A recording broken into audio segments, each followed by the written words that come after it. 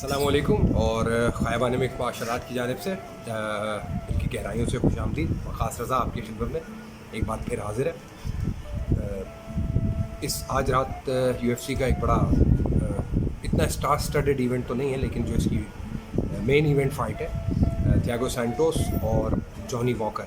बड़े explosive fighter हैं, बड़े आवाम की नज़रें होती हैं इन पे। इनका फाइटिंग स्टाइल बड़ा वखरा है, बड़ा आतिशगीर मवाद इन दोनों की कारकर्दगी में पिन्हा होता है। तो काफ़ी सारे लोग as a spectacle, as a scene, एक मंजर के तौर पर इन दोनों की फ़ाइट देखने में काफ़ी दिलचस्पी रखते हैं।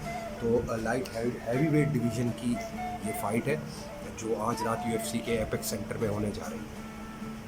इस टूर्नामेंट का मेन इवेंट ख़वातीन की बैंटम वेट चैम्पियनशिप के लिए एस्पिन लेड और मेसी चियासन के दरमियान था। प्रॉबेबली वो अब कैंसिल हो चुका है क्योंकि एस्पिन लेड ने वेट मिस कर दिया है।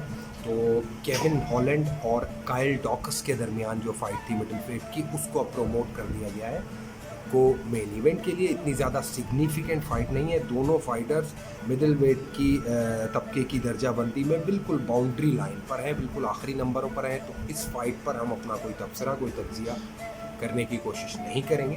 हमारा आज का फोकस, हमारा आज का बुनियादी इर्तखाज़ जिस फाइट पर है वो थियागो सैंटोस और जॉनी वॉकर, दोनों ब्राज़ीलियन फाइटर हैं। इनके दरमियान ये फ़ाइट होने जा रही है।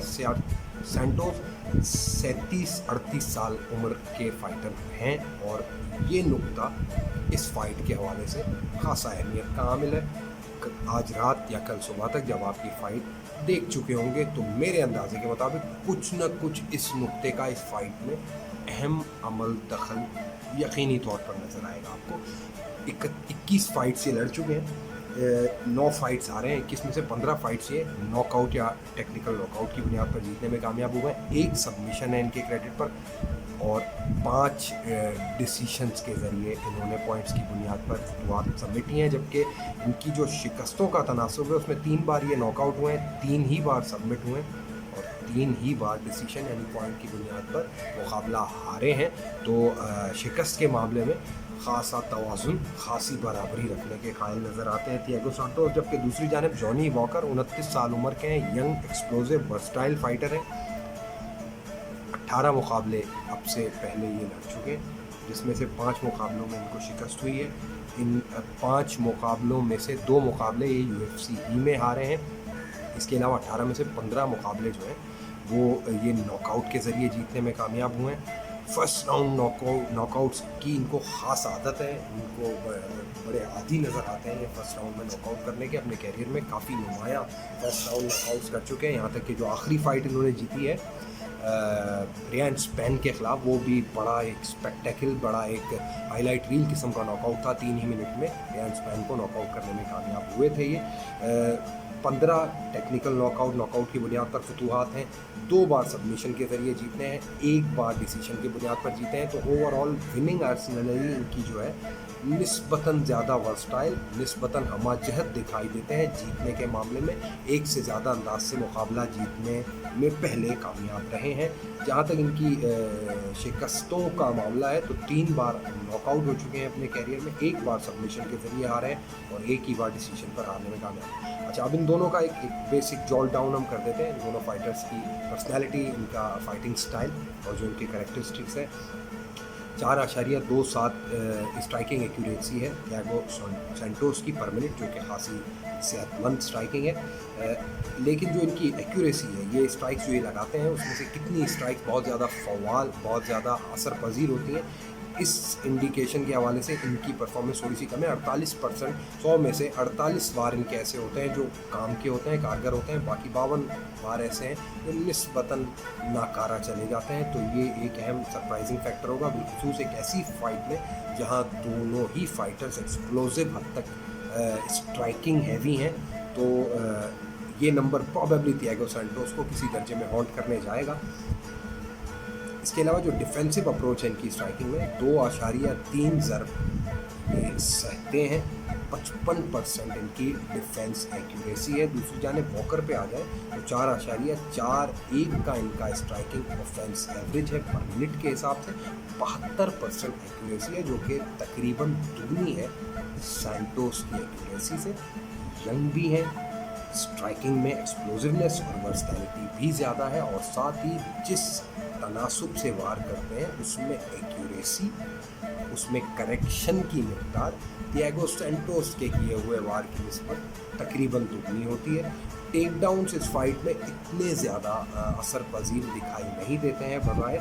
0.7% टेक डाउन है थियागो सैंटोस का, 38% एक्यूरेसी है, जबकि 0.4% टेक डाउन अटैम्प्ट्स हैं वॉकर की, 100% एक्यूरेसी है। लेकिन ये वो गुण है जो अमूमन इन दोनों की फाइट्स में कसरत से दिखाई नहीं देता है। दोनों फाइटर्स की बुनियादी कैरेक्टरिस्टिक्स को जॉल डाउन करते हैं। सैंटोस पावर पैक्ड है, 1 पंच पावर है इनके पास। 8 मुकाबले लगातार जीतने में कामयाब हुए थे। लाइट हैवीवेट टाइटल के लिए इनको फिर टाइटल किया गया था दुनिया के मशहूर और अजीम तरीन light heavyweight champion Jon Jones के खिलाफ।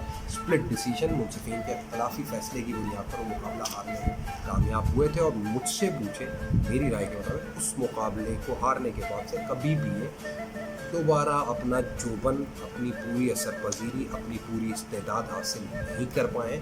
उस फाइट के बाद से मुतवातिर इनके गेम में, इनके फाइटिंग स्टाइल में, इनके कार्डियो में कमी, खामी, कोताही नज़र आती रही है।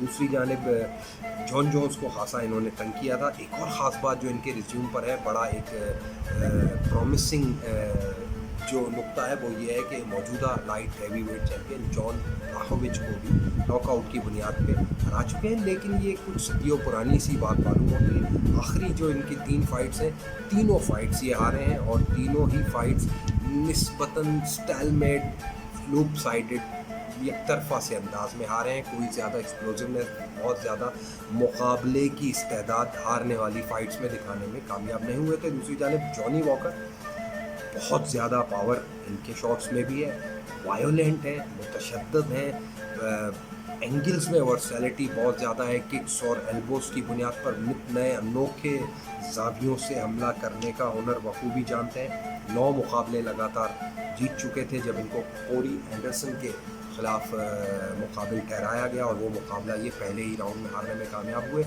लेकिन उसके बाद बड़ा अच्छा कमबैक इन्होंने 2020 में किया। रियान स्पैन को हाईलाइट रील नॉकआउट, बड़ा ज़बरदस्त नॉकआउट किया था जो यूएफसी के यादगार तरीन नॉकआउट्स में शामिल है। 3 ही मिनट में नॉकआउट करने में कामयाब रहे थे।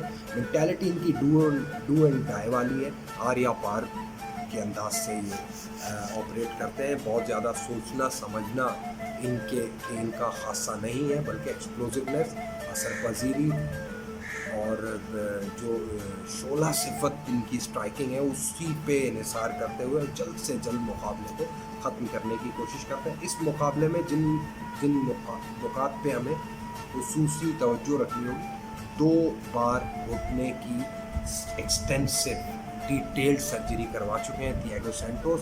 ये दोनों सर्जरी उस मशहूर ज़माना फाइट के बाद ही करने की आदत इनको पेश आई थी जो जॉन जोन्स से, जिसमें इन्होंने लाइट हैवीवेट चैम्पियनशिप के लिए मुकाबला किया था।